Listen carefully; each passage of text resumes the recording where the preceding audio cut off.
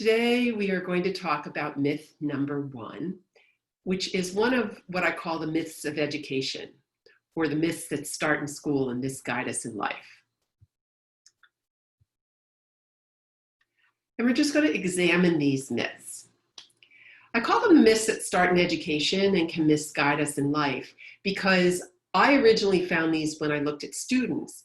But because I also work with leaders, I've discovered that these myths carry through into other parts of people's lives. And actually sometimes even just school trauma or upset carries through even to really successful people. So let's go through this. What I found is that most people believe that good grades are a measure of their future success and happiness. And most students blame themselves because the world has taught them what I call the myths of education. Today, what we're going to do is talk about myth number 1, which is the myth of the bad student. That's what I call it. And this myth says, if you're not a top student, you're dumb, you're lazy, you're not motivated, or you're an underachiever. And that is a myth. And I'm going to walk you through why I believe that. What's the problem? What I've found is that most young adults and even most adults don't know that this is a myth. And I've found that these myths actually cause low confidence, they cause anxiety, and they cause depression. And that's both in top students and students in the bottom. So then the question becomes, well, how do we free them from these traps? And what I see is that when they know they are valuable and loved, and they tap into that broader consciousness, they're unstoppable. And there are 2 reasons I find that they typically don't know this. First of all, they don't know that they have valuable gifts and strengths. And secondly, they adopt other people's beliefs about who they need to be and how they need to be. I mentioned reason number 1 is that they don't know their gifts or their value. And what I found in my research, I looked at students in the bottom 80% of their classes, and I found that it's a myth that they have something wrong with them. I found that when they embrace what I call gifts that conflict with school or hidden gifts, they become confident and happy. The second reason I had mentioned was that they adopt other people's beliefs about who and how they need to be. And what I find is when people know in their hearts that their potential is not measurable or reflected in things like grades or sports or college or rankings or ratings or other people's opinions, when they know that, they're able to unleash their hidden genius. And I'm going to show you more about this. So a little background. I'll talk a little bit about how I came to understand the hidden talents in each of us. My study was when I was at University of Pennsylvania studying with Martin Seligman and Chris Peterson and others, George Valiant, who started the field of positive psychology. And what I found was I decided to look at students in the bottom 80% of their classes and look at their character strengths and their innate gifts. When I looked at their VIA strengths or their character strengths, what I found most frequently in this group in the bottom 80% were honesty, bravery, kindness, creativity, citizenship, fairness, judgment, and love. Now, that doesn't mean that there aren't kids in the top 20% that have some of those strengths. And it doesn't mean that every student in the bottom 80% has all of these. These were the ones that came out most frequently. We're going to talk in a little bit about why these are so valuable. But when I ask leaders, would you like to have employees with strengths like this? They roar, yes. So right there, it's an indicator that there's value to these strengths. Now, I said I also looked at innate gifts. And what I ended up finding was what I call gifts that conflict with school, or hidden gifts. So the first one is visioning. And these are people who actually think in pictures. So if you think in pictures, a picture is worth what? Do you know that saying? Picture is worth 1,000 words. That's what people say. So think about it. In pictures, people can process 1,000 words in each image that they see. But we only take in, through reading and writing, 100 to 300 words per minute. So what happens is that when people think in pictures, it doesn't translate well to words, and words come into their minds much more slowly and in a linear fashion. So visioning is the first one. The second one is exploration. These are people that like to explore things for themselves, like Soichiro Honda, who started Honda Motor Company. He appears to have had this gift. These are people, by the way, he dropped out of high school when he was 16, but he would go and explore and learn and then bring that back to either for himself or for the people that worked for him. He loved learning on his own. And that's true of people with the gift of exploration. They don't necessarily like to be taught by other people. So they like to go out and explore for themselves. And the third one is the gift of grace.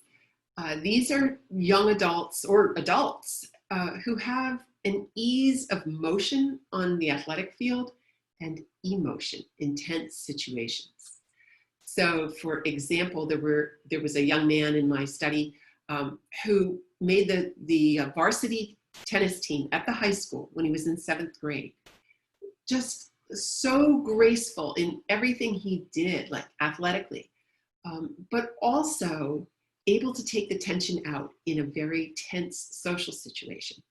And this has held true over and over and over again with adults and with young adults. I like this gift. I think it's interesting because often people with the gift of grace are told that they have slow processing. So it's not that they can't learn. They can learn absolutely fine. It's just that they have taken an extra split second, which is helpful to them on the athletic field or in a tense social situation, but can conflict with what's asked of them in school. The next one is manual dexterity. People that are good at taking things apart, putting things together, like to learn by manipulating or sometimes even by flowing boxes, but using their hands. The next gift is self-clarity. So these are students like Tony who are very, very clear about who they are, what their strengths are, what their weaknesses are. They're not afraid to tell other people, and they're not afraid of strengths in other people. So Tony and his partner went to a camp, a robotics camp at MIT. And at the end, they had to create, all the teams had to create a robot that would dive to the bottom of the pool, pick up an object, and bring it back to the top. Well, Tony said to his partner, all right, why don't you do these parts because you're really good at that and I'm not good at that. And I'll do this part because I'm better at that. And that's something that when we study leadership, great leaders do all the time. Well, what happened for Tony and his friend was they won the competition. They had the only robot that did what it was supposed to do. But Tony and his partner were also the only high school students in this contest. Everybody else was in college. So that's self-clarity. The next gift is self-motivation. So these are students like Matt, for example, who won't respond to grades or to teachers' opinions or parents' opinions, but they may read for hours on end for something that's really interesting to them. Most people think that the highest form of motivation is like you're really self-motivated because you get great grades. But it turns out that research shows that getting high grades and grades in general are a motivator, but they're not the highest form of motivation. Really high self-motivation, such as what Matt has, is when you do something for the interest or the pleasure of it. All right, so that's the gift of self-motivation. And then finally, there's the gift of oratory. So that's the gift of the spoken word. And just think to yourself, do you know anybody who is really good at reading and writing, but not a great speaker? Do you know anyone who speaks really well, but maybe has trouble with reading or writing? So these are different kinds of language gifts. And it's very common that people with the gift of oratory struggle with writing. I don't know why that is. It's just that's part of that gift. But they can tell you their knowledge, they can learn, they can share anything using oratory. So if you want to learn more about these gifts, there's a place on my website. It's a 7-minute assessment. You can learn more. It gives you some ideas of what you can do with your gifts. So I've put the link here. But let's keep talking about this myth number 1, because we can look at real world examples of people that were in the bottom 80% and show how this isn't true. Right, so Soichiro Honda, I already mentioned, Albert Einstein, Barbara Corcoran, she's from Shark Tank, created a $500 million real estate empire. Winston Churchill, if you've heard of him, he was considered a fantastic leader from the UK. Johnny Depp, the actor. Now, I also want to just ask you, who do you know who might have not been a top student, but is very successful in life? If you can't think of anyone right now, you may just want to take this question with you, because what I find is when you start talking to family and friends and neighbors and people around you, there are people all around you that were not top students and are very successful now. They might not be famous like these people, but they're there. In fact, there's a book called Cradles of Eminence that Victor and Mildred Gertzel wrote. And in it, they say that 2/3 of the eminent people they studied struggled in school or disliked school. 2/3. So there was a boy who didn't fit in school. He couldn't memorize things. When the teacher would give him a test, the words on the page didn't match the pictures going through his head. He thought in pictures. What do you think a kid like that would start to say to himself if year after year he's getting terrible grades? People often say things like, I'm not good enough. I'm not smart. There must be something wrong with me. Well, fast forward with this boy, and he ends up finally trying to go to college and can't get into the schools that he wants to go to. But his parents finally found a school that taught in a way that worked for people who have the gift of visioning, which he had. Now, what do you think would happen for a young person if they could learn in a way that fit with their gifts? I'll tell you what happened with this boy. Fast forward a few years, and he starts asking himself questions like, what would it look like if I were riding on a beam of light? I'm talking about Albert Einstein. He is the result of a good fit. And notice, this is a quote from him. Notice that he says, words and language don't seem to play any role in my thinking. For most young adults, words as they are written and spoken are a big part of education. So you can see how this gift that Einstein had would be in conflict with what was asked of him in school. And yet, he's an amazing genius. So let's pause for a minute, and I want you to think about, what do you want your education to do for your life? So why don't you jot down a few ideas? Pause the video here.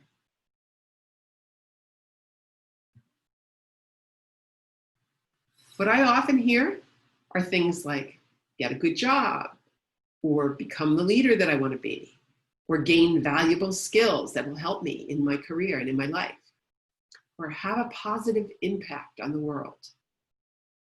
And if you boil all that down and ask people, well, why do you want those things? A lot of times they'll say something like, in order to be happy and thrive. How about you? Does this match with anything that you were thinking about in terms of what you want from your education?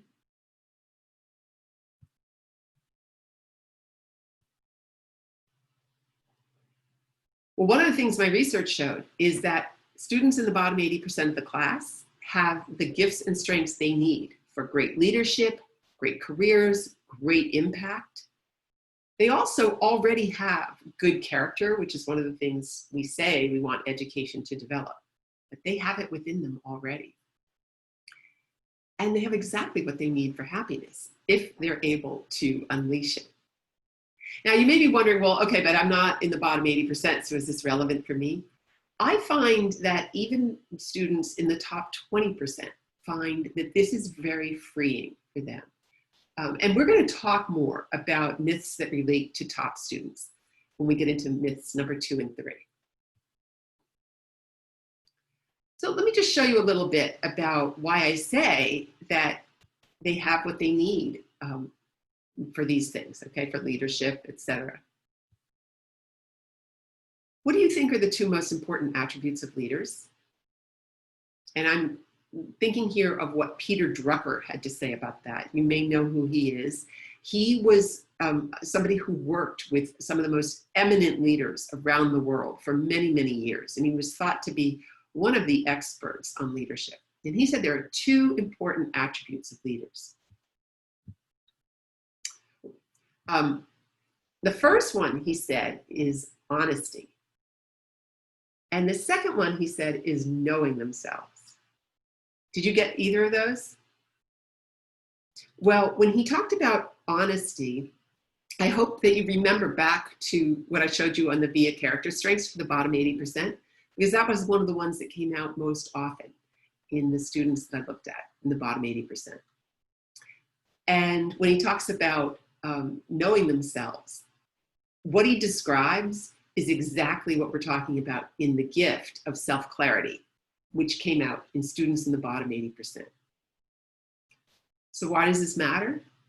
Well, the point is that what I learned is that you've already got within you, and students, and even if they're not in the top of the class, already have within them strengths and gifts that can lead them to tremendous success, no matter what their grades are.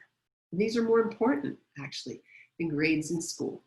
Although I'm not saying your grades aren't important, because I know that getting through school is important to some of your goals, but just to put it in perspective. Now, here's another thing when we think about the future and future possibilities. So Richard Florida is a researcher who talks about the creative class. And what he describes is a core, a creative core, where new ideas, new technology, new content gets developed. And here are some of the careers that Florida says fit in that creative core.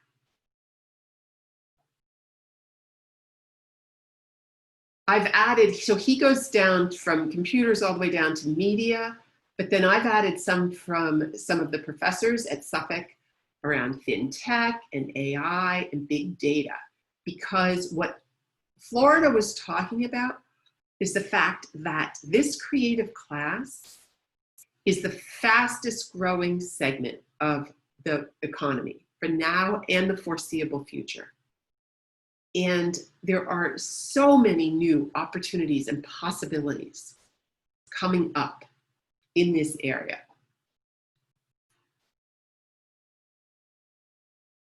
Now, as you look at this, by the way, he also talks about creative professionals. So these can be people that support the professions in the creative core. So this could be business, law, finance, health, etc.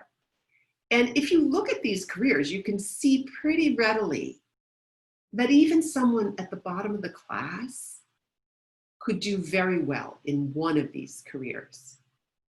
And these are fast growing, high potential, high possibility areas. Oops.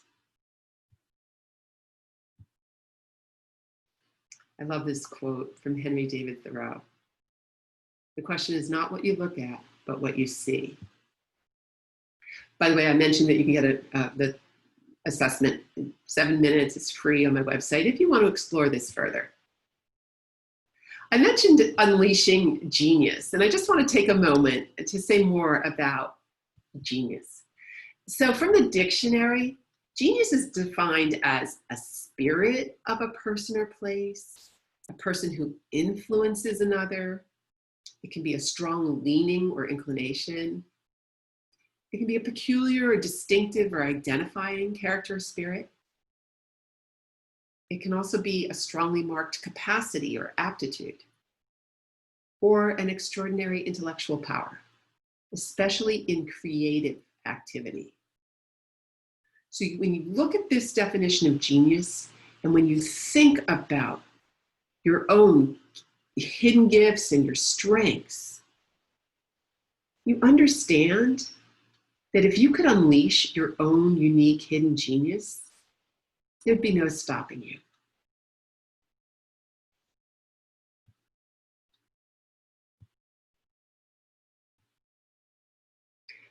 So I'm going to leave you to think about this for yourself. Like, what do you think? Have you seen or heard anything that sounds like this myth? The idea that if you're not a top student, you're lazy or you're dumb or you're unmotivated? And what do you think would help you to have more confidence in your own genius? We'll be taking up myth number 2 next.